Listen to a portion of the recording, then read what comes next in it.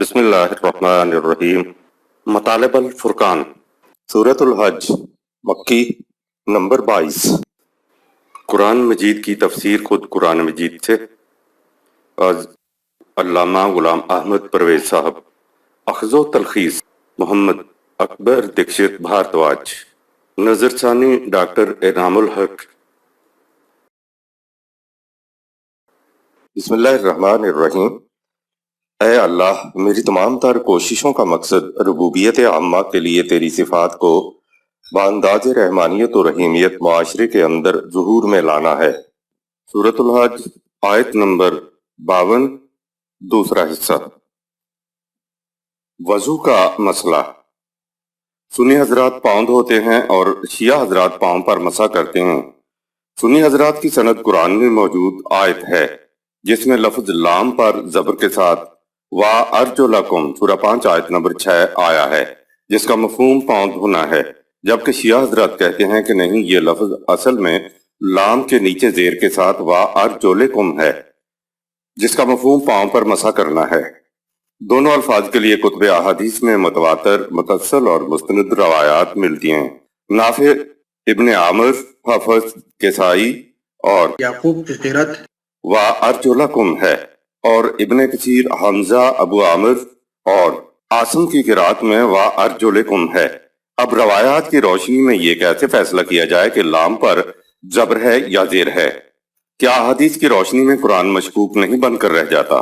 مولانا مودودی صاحب کا ایک سوال کا جواب ترجمان القرآن فروری 1959 چھپا ہے، جس میں اس نے کہا ہے کہ وَأَرْجُلِكُمْ اور وَأَرْجُلَكُمْ دونوں قرأتیں متواتر منقول ہوئی ہیں، اس لیے دونوں طرح سے ٹھیک ہے۔ جناب، دونوں طرح سے تو ٹھیک نہیں ہو سکتا، حق تو صرف ایک ہی ہوگا، اور بھی مثالیں دی جا سکتی ہیں۔ بس یہ دیکھ لیں کہ حضرت ابن مسعود کے مصحف میں 1322 مختلف ہی آیات ہیں جو مستند، متصل اور متواتر ہیں۔ دراصل ایرانیوں نے قرآن کے خلاف سازش کرنے کے لیے احادیث لکھی تھیں، جس میں وہ کامیاب رہے ہیں کہ دین اسلام کو نہ صرف مذہب اسلام بنا ڈالا ہے بلکہ قرآن کو بھی مشکوک بنا ڈالا ہے۔ ہمارا ایمان ہے کہ جو قرآن آج ہمارے پاس ہے وہی اصلی ہے، اور اس کو مشکوک بنانے والی ساری روایات کو ہم مسترد کرتے ہیں۔ مودودی صاحب کا بیان ہے کہ اللہ تعالیٰ نے قرآن کریم کو 7 قراتوں یعنی 7 زبانوں میں نازل کیا ہے۔ رسول اللہ صلی اللہ علیہ وسلم نے اس کو 7 زبانوں میں صحابہ اکرام رضوان اللہ علیہم کو دیا ہے۔ حضرت عثمان رضی اللہ تعالیٰ عنہ کے زمانے تک جو کہ قرآن تھے وہ 7 زبانوں میں محفوظ رہے۔ آگے کہتے ہیں کہ حضرت عثمان رضی اللہ تعالیٰ عنہ نے اپنی مرضی کے مطابق ان میں سے 6 زبانوں والے قرآن تو جلوا دیے اور صرف 1 زبان والا باقی رکھا، جو ہمارے پاس آج ہے۔ اگر احادیث کو صحیح تسلیم کیا جائے تو مستشرقین کے سوالوں کا جواب کون دے گا؟ پوچھا جا سکتا ہے کہ جب قرآن 7 قراتوں زبانوں میں نازل ہوا تھا تو 6 کو جلا دینے کا حضرت عثمان رضی اللہ تعالیٰ عنہ کو کیا حکم خدا نے دیا تھا؟ نہ خدا نے حکم دیا، نہ رسول اللہ صلی اللہ علیہ وسلم نے فرمایا، تو کس اتھارٹی کے تحت 6 مختلف ہی قرآن جلائے گئے؟ اختلاف قرات والی ساری احادیث جھوٹی ہیں۔ ہمارا ایمان ہے کہ موجودہ قرآن ہی اصلی قرآن ہے، یہی خدا نے نازل کیا اور یہی رسول اللہ صلی اللہ علیہ وسلم نے امت کو عطا کیا تھا۔ احادیث کو مسترد کرنے پر تو منکر حدیث کا فتویٰ لگتا ہے، لیکن قرآن بھلا مشکوک ہوتا ہے تو ہو جائے۔ جھوٹے مرزا غلام احمد قادیانی کو بنیاد قرآن نے نہیں احادیث نے فراہم کی۔ اس نے اپنی نبوت باطلہ کی تائید کے لیے اختلاف قرات کو بنیاد بنایا تھا۔ قرآن میں آیت ہے وَمَا أَرْسَلْنَا مِن قَبْلِكَ مِن رَسُولٍ وَلَا نَبِيٍّ إِلَّا إِذَا تَمَنَّىٰ سورہ 22 آیت نمبر 52۔ لیکن اس جھوٹے نبی نے اپنی تائید میں احادیث سے حضرت عباس رضی اللہ تعالی عنہ کی اختلافی قرات نکال کر کہا کہ یہ آیت دراصل یوں نہیں بلکہ یوں ہے، وَمَا أَرْسَلْنَا مِن قَبْلِكَ مِن رَسُولٍ وَلَا نَبِيٍّ وَلَا مُحَدَّثٍ، اور لوگوں سے کہا کہ مجھے نبی رسول نہیں مانتے تو خدا کی طرف سے بھیجا ہوا محدث تو مان لو۔ دال کے نیچے زیر کے ساتھ محدث حدیث بیان کرنے والے کو کہتے ہیں، اور دال پر زبر کے ساتھ محدث خدا کی طرف سے آنے والے کو کہتے ہیں، یعنی جس طرح نبی رسول خدا کی طرف سے آتے تھے۔ اس نے احادیث کی کتابوں میں منقول قرات حضرت عباس رضی اللہ تعالیٰ عنہ سے محدث والی آیت لی اور عوام میں پیش کر دیا۔ بات تو معمور من اللہ ماننے والی تھی، یعنی خدا کی طرف سے بھیجا ہوا، دیکھا آپ نے احادیث کی روشنی میں اعلان ہوا کہ قرآن بھی امت کو محفوظ نہیں ملا۔ اب آپ ہی بتائیے کہ آیات الہی کا نگہبان کدھر جائے؟ جس طرح مرزا نے قرات عباس رضی اللہ تعالیٰ عنہ کی روح سے آیت پیش کی تھی، بالکل ویسے ہی شیعہ حضرات کی کتاب الکافی میں بھی موجود ہے۔ مرزا نے کہا میں تو صرف محدث کا دعویٰ کرتا ہوں۔ اس نے مزید کہا کہ محمد صلی اللہ علیہ وسلم تو خاتم النبیین صلی اللہ علیہ وسلم تھے، آپ صلی اللہ علیہ وسلم کے لیے خاتم المحدثین تو کہیں نہیں لکھا ہوا ہے۔ دیکھا آپ نے روایت نے باطل کو کس طرح بنیاد مہیا کی۔ قرآن سے ایسی کوئی بنیاد نہیں مل سکتی تھی۔ مرزائیت قبول کرنے والے سے بیوی کا عدالت میں فسخ نکاح کا مقدمہ۔ سن 1926 کا ذکر ہے کہ ریاست بہاولپور کی ایک عدالت میں ایک مقدمہ دائر ہوا جس میں ایک مسلمان خاتون نے یہ دعویٰ کیا کہ اس کے خاوند نے قادیانی مسلک اختیار کر لیا ہے، جس کی وجہ سے وہ مرتد ہو گیا ہے، اس لیے اس شخص سے مدعیہ کا نکاح فسخ قرار دیا جائے۔ اس مقدمے میں مدعیہ کی طرف سے غیر منقسم ہندوستان کے جید علماء کرام پیش ہوئے، مثلا مولانا غلام محمد صاحب شیخ الجامعہ عباسیہ بہاولپور، مولانا نجم الدین صاحب پروفیسر اورینٹل کالج لاہور، مولانا محمد شفیع صاحب مفتی دارالعلوم دیوبند، مولانا مرتضی حسن صاحب چاند پوری اور مولانا سید انور شاہ صاحب شیخ الحدیث دارالعلوم دیوبند، اور اس کے علاوہ دیگر علماء کرام بھی تھے۔ ان علماء کرام کے ناموں سے اس مقدمے کی اہمیت واضح کرنا مقصود ہے۔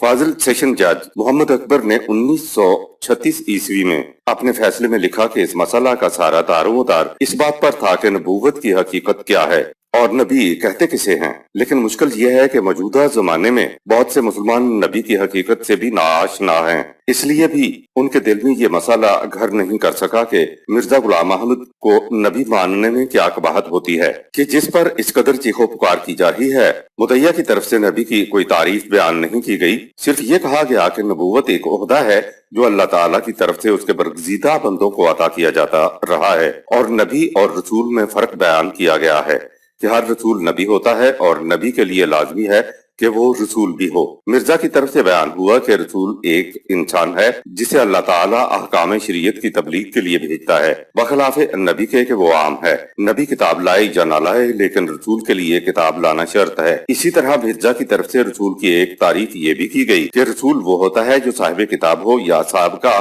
شریعت کے بعض احکام کو منسوخ کر دے۔ آگے فاضل جج صاحب لکھتے ہیں کہ یہ تعریفیں چونکہ اس حقیقت کے اظہار کے لیے کافی نہ تھی، اس لیے میں اس جستجو میں رہا کہ نبی یا رسول کی کوئی ایسی تعریف مل جائے جو تصریحات قرآن کی روح سے تمام لوازم نبوت پر حاوی ہو۔ اس کے بعد فاضل جج صاحب لکھتے ہیں کہ میں نے اس باب میں کافی جستجو کی لیکن نبی کی کوئی جامع تعریف نہ مل سکی۔ آخر کار ایک رسالے میں ایک مضمون بعنوان میکانیکی اسلام از جناب چودھری غلام احمد پرویز صاحب میری نظر سے گزرا۔ اس میں انہوں نے مذہب اسلام کے متعلق آج کل کے روشن ضمیر طبقہ کے خیالات کی ترجمانی کی ہے اور پھر خود ہی اس کے حقائق بیان کیے ہیں۔ اس زمانے میں علامہ پرویز اپنے نام کے ساتھ چودھری لکھا کرتے تھے۔ مقدمے کے فیصلے کی بنیاد علامہ پرویز کا مضمون میکانیکی اسلام بنا۔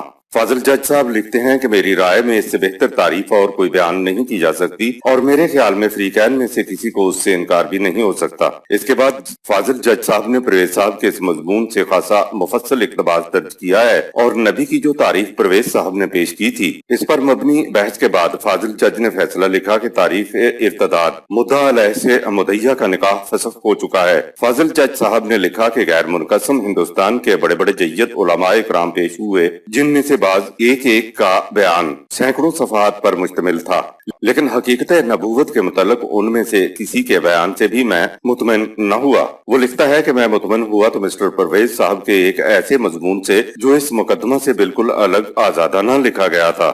سوال یہ ہے کہ پرویز صاحب کے مضمون میں وہ کون سی خصوصیت تھی جس کی بنا پر فاضل جج صاحب اس قدر مطمئن ہو گئے تھے۔ پرویز صاحب خود بیان کرتے ہیں کہ جہاں تک متداول علوم شرعیہ فقہ و حدیث کا تعلق ہے، مدعیہ کی طرف سے پیش ہونے والے علماء اکرام کا مقام بہت بلند تھا، لیکن میرے یعنی پرویز صاحب کے مضمون کی یہ خصوصیت تھی کہ اس کی بنیاد صرف خالص قرآنی حقائق پر تھی۔ پرویز صاحب کا موقف ہمیشہ یہ رہا کہ چونکہ میں پرویز اس مسئلہ پر قرآن خالص کی روشنی میں گفتگو کرتا ہوں، روایات میں نہیں الجھتا، اس لیے فریق مقابل کے پاس میرے دلائل کا کوئی جواب نہیں ہوتا۔ پرویز صاحب کا مضمون میکانیکی اسلام کیوں جج صاحب کے دل کو چھو گیا؟ پرویز صاحب مزید بیان کرتے ہیں کہ تقریباً 10 سال تک اس مسئلے کو الجھے رہنے کی وجہ یہ تھی کہ بحث کا دار و مدار